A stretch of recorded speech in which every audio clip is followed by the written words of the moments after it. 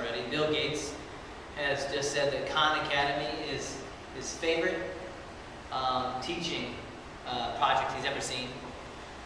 The Khan Academy was started as a hedge fund guy who lives in Silicon Valley. His niece in New Orleans was struggling with math, and she knew he was a pretty smart uncle, and asked if he would go on Skype and tutor her in math. So he started doing that. He got a little tablet, like a light pen and tablet, and would tutor her. And he carved out a little space in his bedroom closet, and he put a microphone on, and he started recording these and putting them on YouTube for her. And the funny thing is people started watching them. And now he's made over 1,800 videos. Mathematics, astronomy, whatever he wants. All in this little space here with a broadband connection. He just got a Google grant, and I think Bill Gates gave him a ton of money, but he really has no cost structure. He wants to expand the program now. This is one person with one internet connection, where I'm not even sure exactly where he is. I think he lives in that area. And he posts videos. He never even shows his face. He explains to them. Kids right from all over the world say, "You are the first person that's been able to teach me math in a way I can understand." And it's all free. And what does this do to young people? They see what he's choosing to do with his time. Remember when I told you how optimistic I was? More role models. And this raises the bar for quality of life and a sense of purpose. So the best way to protect your culture here is to broadcast it, and to share it.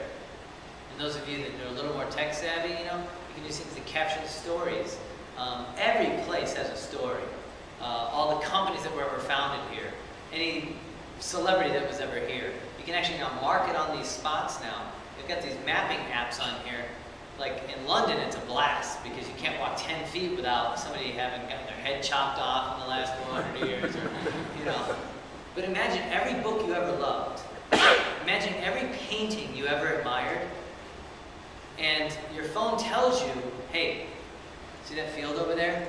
See that tree? That's the tree in the Tom Robbins novel that's mentioned in chapter 4. Remember the scene about the girl? I don't know about you, but that gives me goosebumps to be able to help people discover art in a new way.